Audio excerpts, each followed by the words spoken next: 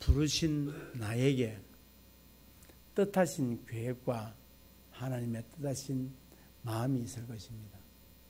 그래서 오늘 하나님의 마음이 무엇이며 하나님의 계획하신 바가 무엇이며 오늘 이 시간에 주신 말씀이 나와 무슨 상관이 있는가, 그리고 우리 공동체에 무슨 상관이 있으며 우리 가정에 무슨 상관이 있을까라고 하는 그런 또 기대를 가지고 오늘 이 시간 말씀을 듣도록 하겠습니다.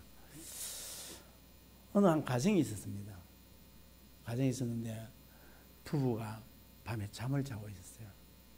잠을 자고 있는데 강도가 들어와가지고 발을 옆구리를 차면서 일어나는 거예요.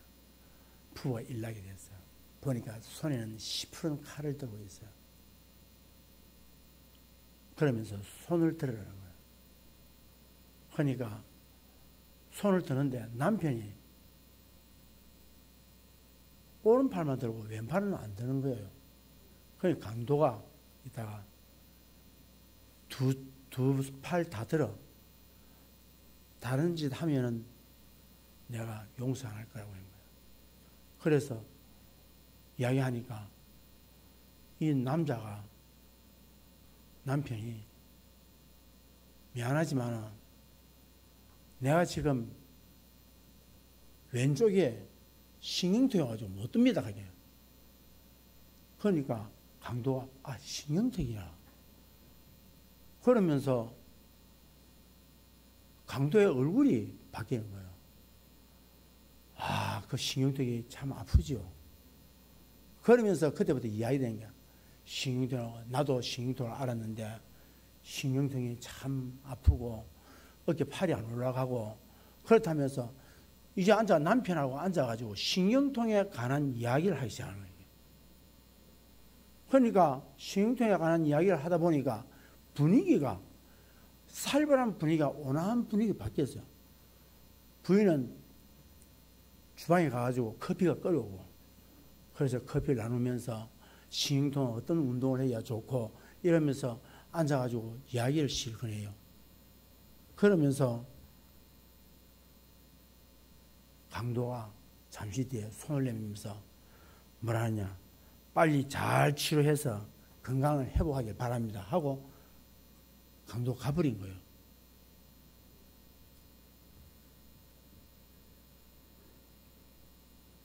이 이야기는 오헬리라고 하는 작가가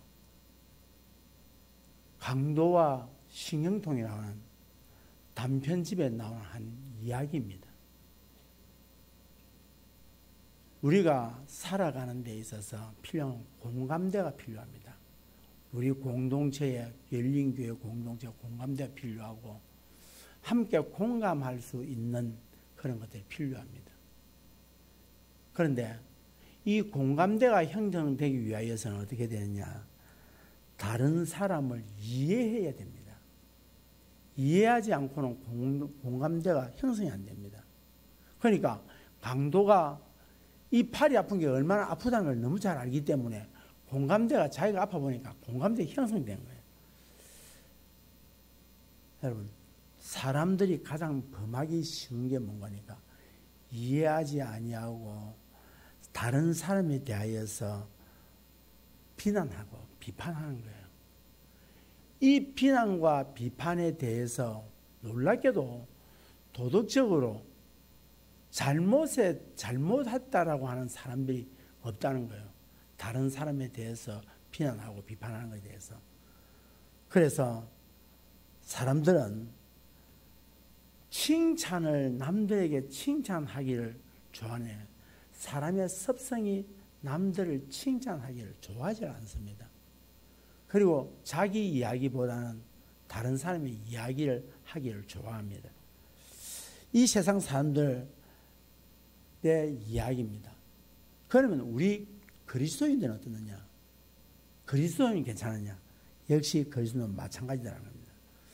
왜 사람들은 남을 비판하는 이유가 뭘까? 왜 사람은 남들을 비판할까? 이유가 뭘까? 그걸 말씀을 드리자면 첫째는 뭔가 하니까 남들을 비판하면은 그 사람들이 비판받는 사람이 고쳐지리라고 생각을 하기 때문입니다. 그런데 여러분, 절대로 고쳐지지 않습니다. 비판한다고 고쳐지면 이 땅은 다 바뀌었을 것입니다. 여러분, 우리가 알지만은 정치인들 보세요. 비판 너무 잘합니다. 아주 선수들이고 비판에 대해서 박사 학위증이 있으면 아마 정치인들 못 받을 사람이 없을 거예요. 다 비판하는 데는 아주 전문가들입니다. 그런데 우리나라 정치가 바뀝니까? 갈수록 더 악화되는 게 정치입니다. 지금 보십시오. 어떻게 그렇게 잘 찾아내는지 청문회를 한다 보면 이거는 뭐 내로남불이라 저거 했다고 우리 했다고 비판하는 데는 하여튼 전문가들입니다. 여러분, 자기는 비판을 하면서도 자기는 비판을 받기 싫어요. 남들이 자기를 비판하면 굉장히 싫어합니다. 20세기 최고 그 기독교의 변증가였던 C.S. 루이스가 이런 이야기를 합니다. 아이들을 키우는 부모가 아이들보다 훨씬 더 심각한 문제가 있다는 겁니다. 모든 부모들이 자기 아이가 다 잘 되기를 원한다는 거예요. 그런데 부모들이 문제가 뭐냐니까 자기 자녀들에 대하여서 굉장히 정죄한다는 겁니다. 야단친다는 겁니다. 아이들을 정죄하고 야단침으로 말미암아서 이 아이들이 어떠느냐? 상처만 받는다는 거예요. 상처만 받는다는 거예요. 그래서 물론 자녀가 잘못했을 때 야단을 치고 또 거기에 대해서 채찍을 때릴 때도 있겠지, 매를 채를 때릴 때도 있겠지만 그러나 감정적으로 정죄하거나 비판하지 말라는 거예요. 로마서 14장 4절에 보니까 남의 하인을 비판하는 너는 누구냐? 그가 서 있는 것이나 넘어지는 것이 자기 주인에게 있음에 그가 세움을 받으리니 이는 그를 세우시는 권능이 주께 있습니다. 여러분, 세우고 넘어지게 하는 것은 누구에게냐? 주님께 있다는 거예요. 주님이 세워주셔야 된다는 거예요. 그러니까 우리는 비판하고 정죄하면 상대방이 고쳐지냐? 절대 고쳐지지 않는다는 겁니다. 고칠 수가 없다는 겁니다. 두 번째로, 그러면 왜 사람들이 다른 사람을 비판하냐? 자기 과시욕이라는 겁니다. 내가 너보다 탁월하다는 거야. 너보다도 뛰어나다는 거야. 너보다도 내가 더 거룩하게 살고 잘 산다는 거예요. 너 이거 잘못됐어. 그 사람은 그렇게 하면 안 되는데 이런 말 안에는 나는 그렇지 않은데 너는 왜 그래? 나는 잘하는데 그 사람은 왜 그렇게 못하지? 라고 하는 내용의 의미가 내포되어 있다는 겁니다. 가끔씩 비판할 때 나는 너보다 낫다는 겁니다. 여러분, 바리새인들이 보면 예수님께 참 야단을 많이 맞아요. 그들은 예수님께 욕을 먹고 예수님께서 상을 뒤집어 엎어버리고 그렇게 해요. 그런데 이 바리새인들이 어디냐니까 자기들이 한 11조와 구제를 굉장히 자랑합니다. 그러니까 하나님의 백성이 여러분 없어서 못하는데 어떡합니까? 그런데 하나님의 백성이 하나님께 11조를 해야지. 우리는 11조를 이렇게 해. 또 구제하면서 이렇게 우리는 구제를 해. 그런데 딱 뒤에 붙이는 말이 있어요. 하나님이 백성이 구제를 해야 되지 남에게 구제 받으면 되겠어? 그게 하나님의 백성이 아니야. 이래버리는 거예요. 여러분 생각해 보세요. 구제를 받고 도움을 받는 사람에게 당신이 하나님을 믿으면서 이렇게 구제받아도 되겠어? 도움 받아도 되겠어? 하나님의 백성은 남에게 구제를 해줘야 되지 구제받는 게 하나님의 백성이 아니야. 이렇게 해버린다는 거예요.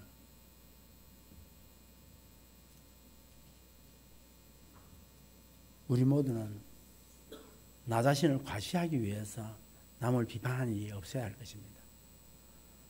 자신은 하는데 남이 안 하는 것을 가지고 비판할 것이 아니라 오히려 내가 할 수 있는 것에 대해서 감사할 줄 아는 그런 사람이 되어야 될 것입니다. 왜 저 사람 못하지가 아니라 그래 내가 저 사람보다 할 수 있어서 하나님께 감사하다는 거예요. 세 번째로 왜 다른 사람 비판하냐니까 자신만의 기준을 가지고 보기 때문에 그렇다는 거예요. 자, 여러분 2절을 한번 봅시다. 2절 다 같이 하겠습니다. 함께 읽겠습니다. 시작.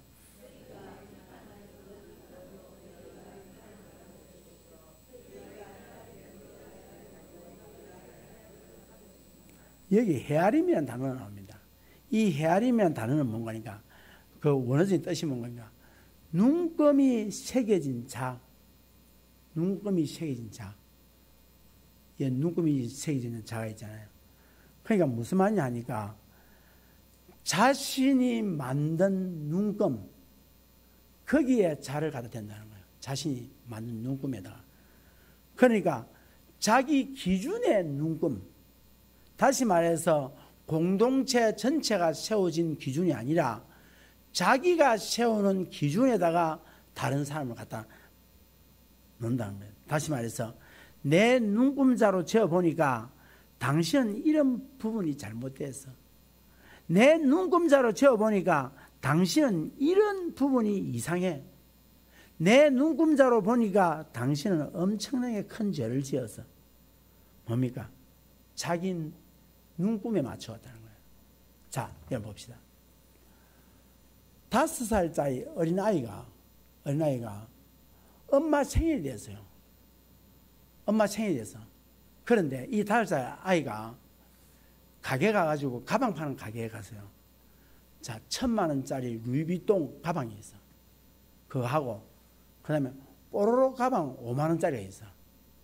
엄마 생일날 이 5살짜리가 엄마한테 가방 선물하면 1,000만 원짜리 루이비통을 하겠습니까? 아니면 5만 원짜리 뽀로로 가방 하겠습니까? 어느 하겠습니까? 자, 자네 물어볼게요. 뽀로로 가방 하겠어요? 5살짜리가 뽀로로 가방 하겠어요? 루이비통 1,000만 원짜리 하겠어요? 왜 그래요?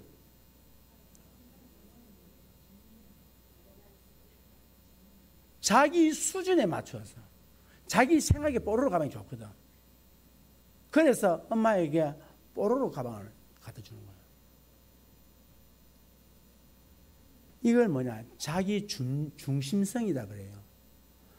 여러분, 이 자기 중심성이라는 것은 뭐냐면 어린아이의 마음의 특성이라는 거예요.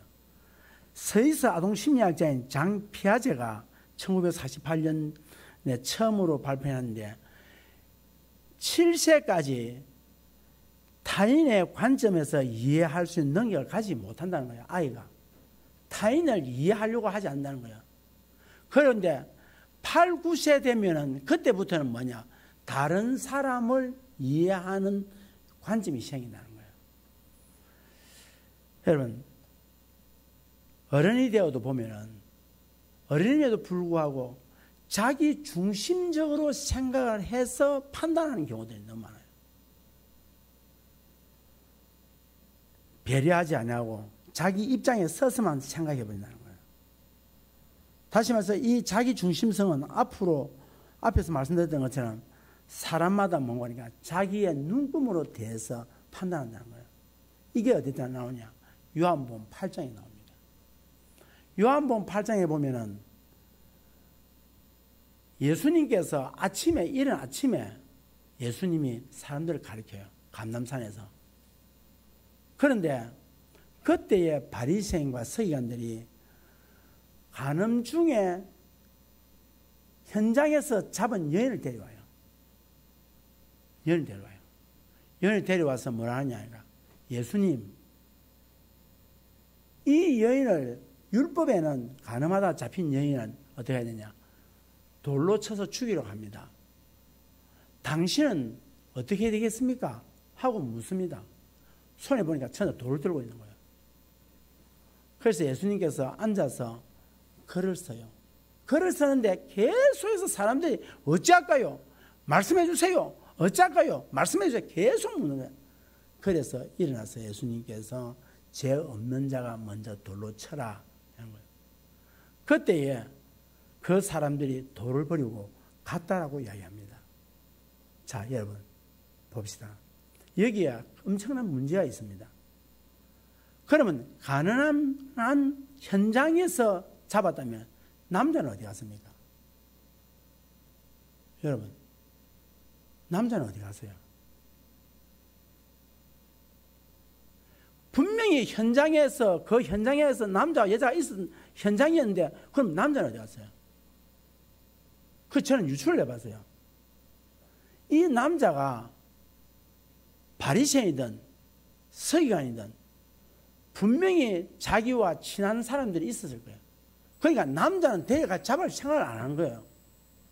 두 번째로, 적어도 이 사람들이 자기들이 잘 만나가지고 자기들이 좋아서 만나졌다면 적어도 남자 같으면은 이 여인을 가로막아 줄 줄 알아야 되고 책임을 져줄 줄 알아야 되잖아요. 남자가 없어요. 남자가 없어요. 그럼 이 남자가 어디 있었을까? 제가 유추를 해봅니다. 여기에 군중 속에 이 남자가 있었지 않았을까? 왜? 사람들이 이 여인을 돌을 쳐 죽이려 했을 때에 돌을 던지라고 했던 그 사람들 중에 이 남자가 있었을 것이 생각돼요. 왜?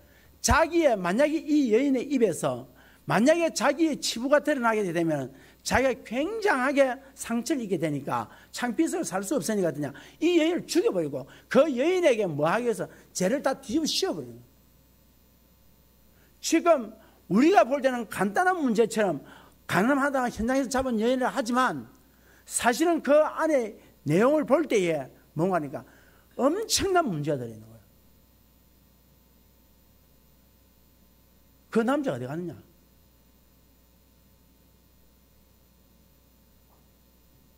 그런데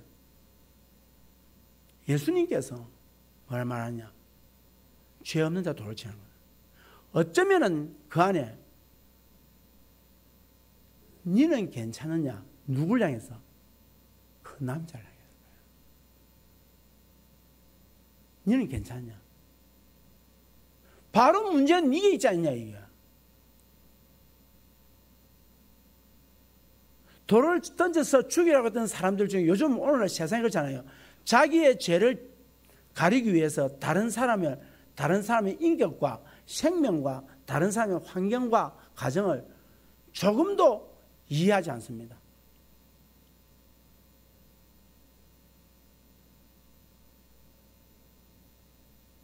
자기를 돌아봐라는 거예요.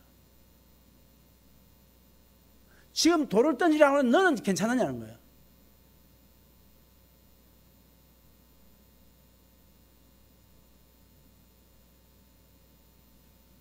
다 자기 중심에서 자기 판단에서 저는 아무리 생각해도 왜 이 남자는 안 자냐?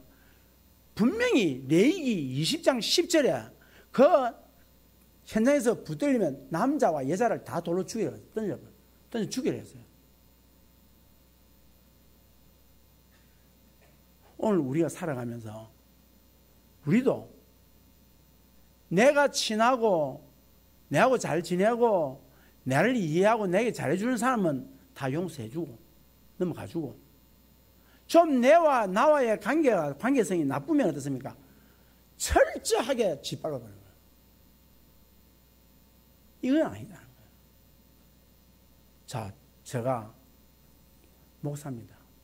목사 입장에서 성도들을 볼 때에 목사의 기준으로 성도 볼 때 어떤 성도가 가겠습니까? 그렇습니다. 목사의 기준을 봤을 때 거의 낙제 점수입니다.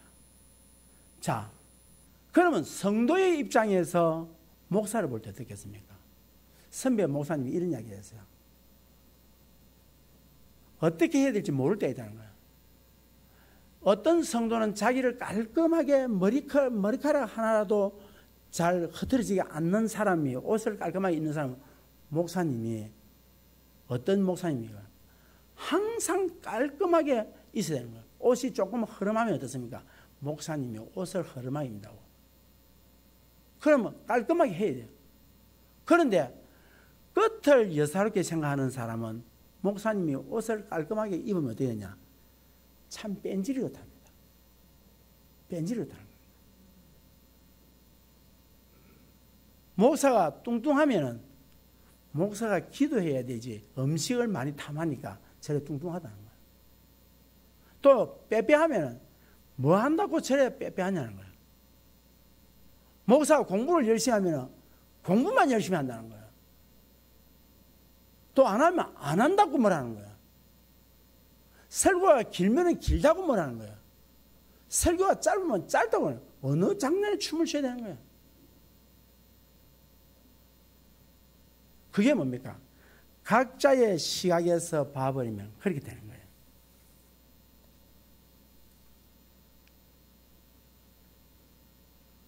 우리 모든 삶이 자신의 기준의 눈금자에 맞지 않으면 모든 것이 비판의 대상이 됩니다. 우리는 나의 눈금자를 내려놓고 다른 사람의 입장에서 먼저 헤아려 봐야 됩니다. 교회 성도라는 교회 가족이라지 않습니까? 식구라지 않습니까? 우리 식구가 뭡니까? 이해하는 사람들입니다. 여러분 오늘 보십시오. 분명히 예수님이 뭐라냐? 비판하지 말라 그랬어요. 물론 주님께서 비판하지 말라고 하신 말씀은 무조건 비판하지 말라고 한 것은 아닙니다.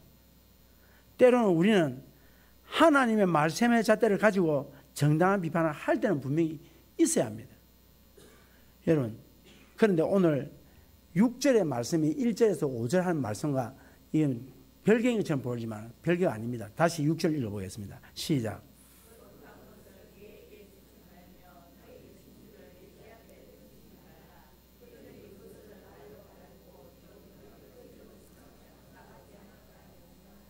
여기에 보면은 거룩한 것 진주 나오잖아요. 이게 뭐 복음입니다. 복음을 선포할 때에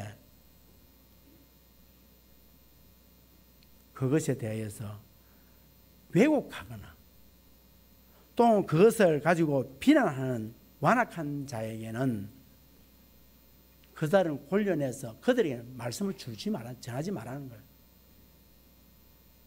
그들은 주면 줄수록 뭐냐? 비판과 비난과 그 진리의 말씀을 왜곡해버린다는 거예요. 그래서 그들에게는 전하지 말라는 거예요. 예수님이. 하면 할수록 뭐냐? 그들은 왜곡해버린다는 거예요. 말씀을 왜곡해버리고 진리를 가로막고 서서 뭐냐? 반대하고 방해한다는 거죠. 여러분, 예수님께서 바리새인을 향하여서 활맺은 양심이다. 또는 회칠한 무덤이다. 성전에 들어가서 성전을 더럽히는 자들의 상을 뒤집어 버리고 다 그랬습니다. 사랑하는 성도 여러분, 주님은 정당한 비판은 허락하셨어요. 그러나 주님이 우리의 비판하지 말라고 한 이유는 아주 무슨 데 있습니다. 우리가 왜 주님 비판하지 말라 했냐? 2절 다시 한번 보겠습니다. 2절입니다. 시작.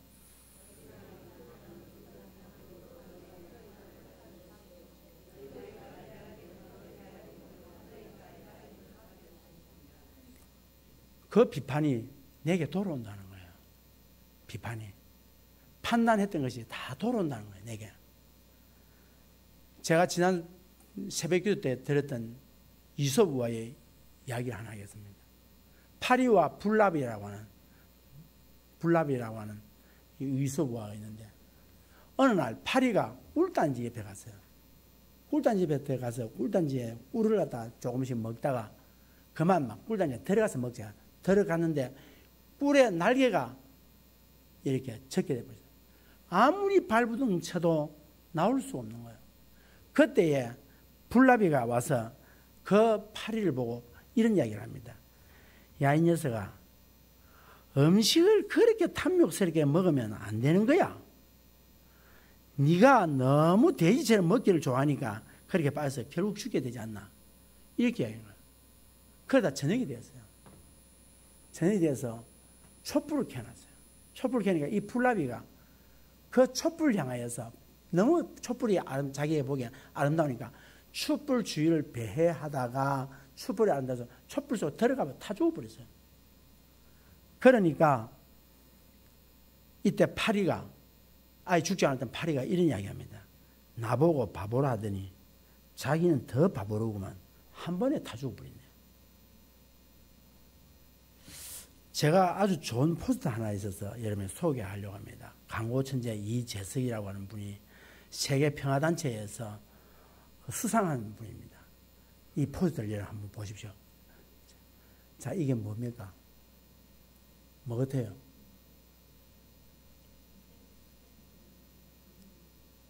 탱크에 탱크 포신이 어디로 되어 있습니까? 자, 권총 보여주십시오. 네. 이 권총이 지금 어떻게 되어 있습니까?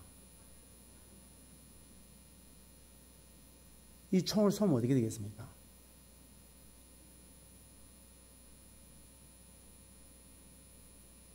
총을 쏘서 흔들림 없이 쏘아서 그대로 위로 올라갔다면 그대로 어디로 내려오겠습니까? 그 다음에 포 다시 대포 한번 보여주세요. 이 포를 쏘면 누가 맞겠습니까? 이재석 씨가 그린 포스터입니다. 자기에게로 돌아온다는 겁니다. 여러분, 핵무기 여러분 쏠 수 있는 줄 아십니까? 핵무기는 쏘는 게 아닙니다. 그 쏘면 어떻게 됩니까? 자기는 안 죽습니까? 죽습니다. 여러분, 교회를 비난하고 성도를 비난하고 목회자를 비난하는 게 누구예요? 자기가 죽는 겁니다. 자기에게 돌아갑니다. 교회의 부흥을 가로막고 있는 게 뭐냐면 내가 부정적인 이야기 비판할 때에 외부의 사람이 오겠습니까? 안 옵니다. 외부의 사람 절대 안 옵니다. 비난과 비판이 있을 때 누구에게 돌아오면 결국 자기에게 돌아오는 겁니다. 긍정적이고 칭찬하고 그럴 때에 어떠냐? 교회가 부흥하게 되는 것입니다. 위대한 전도자였던 무디는 참 사람들에 대해서 관대했습니다. 그래서 많은 이해를 하고 남을 비난하거나 비판한 적이 없었습니다. 그래서 무디에게 청년 한 사람이 와서 이런 질문을 합니다. 선생님은 어떻게 해서 그렇게 이해심이 많습니까? 도대체 선생님은 남을 비판할 수 있는 것을 보지를 못합니다. 라고 이야기합니다. 그랬더니 무디가 무슨 이야기하냐 이런 이야기합니다. 지금 저는요 무디라는 작자와 씨름하고 있는 중입니다. 그 씨름이 너무 힘들고 바빠서 다른 사람의 잘못을 찾아낼 시간적인 여유가 없습니다. 너무 바빠서 자기와 씨름한다고 해서 자기와 싸우다 보니까 다른 사람을 비난하고 비판할 여유가 없다는 거예요. 티베트에 격언이 있는데 이런 격언이 있습니다. 남들을 비판하지 마라. 비판하려는 마음이 들면은 그대 자신을 비판하라. 남들에 대해 이야기할 때 좋은 것만 말하라. 부정적인 말을 해야 한다면은 그대 자신에 대하여 말하라. 자기 자신에 대해서 비난하고 비판하라는 겁니다. 사랑하는 성도 여러분, 가만히 생각해 보면은 우리는 자신을 돌아보고 예수님을 닮아가기도 바쁜 사람들 아닙니까? 그런 우리가 남을 비판하는 것을 멈추고 나 자신이 먼저 성장하고 성숙하는 일에 힘써야 되지 않겠습니까? 그런데 우리가 다른 사람을 비판하지 않고 자신을 먼저 살피기 위해서 가장 먼저 해야 될 게 무엇입니까? 낮아져야 됩니다. 내가 저 사람은 낫다, 잘났다, 똑똑하다, 내가 넘친다라고 생각할 때에 상대를 다른 사람을 비난하는 거예요. 여러분, 독일 대문호였던 괴테는 타인의 마음을 이해하는 일에는 요령이 있다. 누구를 대하든 자신이 아래 사람이 되는 것이다. 그러면 저절로 자세가 겸손해지고 이로써 상대에게 좋은 인상을 안겨준다. 그리고 상대는 마음을 연다. 언더스탠드가 뭡니까? 언더는 아래거든요. 스탠드 선다거든요. 이 두 단어 합성어예요. 그러니까 언제 남을 이해하냐? 그 사람 아래에 서 있을 때, 그때 남을 이해하고 용납이 되어지고 관용이 베풀어지지. 다른 사람 위에 올라서 있을 때는 절대로 비난과 비판밖에 안 되는 겁니다. 그래서 예수님이 뭡니까? 사람의 몸을 입고 이 땅에 오셨다라고 한 이유가 뭡니까? 하나님의 자리에서 뭐만 있으면 심판만 있는 거예요. 하나님의 자리에 있으면 심판밖에 없는 거예요. 그러나 사람의 몸을 입고 이 땅에 오셨다는 것은 뭡니까? 이해하고 용서하는 거예요. 용납하는 거예요. 사랑하는 성도 여러분, 말씀을 맺습니다. 우리는 남을 비판하기 전에 나 자신을 먼저 살펴봐야 합니다. 남의 눈 속에 피를 보기 이전에 내 속에 있는 들보를 볼 수 있어야 됩니다. 남을 비판하는 것은 결국 내 마음 가운데 높은 마음이 있기 때문입니다. 우리의 마음이 낮아지면 우리는 남에 대해서 관대해질 수 있습니다. 남의 허물을 덮어줄 수 있습니다. 나 자신을 먼저 살펴보게 됩니다. 저와 여러분이 높은 마음을 가지고 다른 사람을 비판하는 사람이 아니라 낮은 마음으로 자신을 먼저 돌아보고 남을 겸손히 섬길 수 있는 그런 우리 모두가 되기를 주의 이름으로 축복합니다. 기도하겠습니다.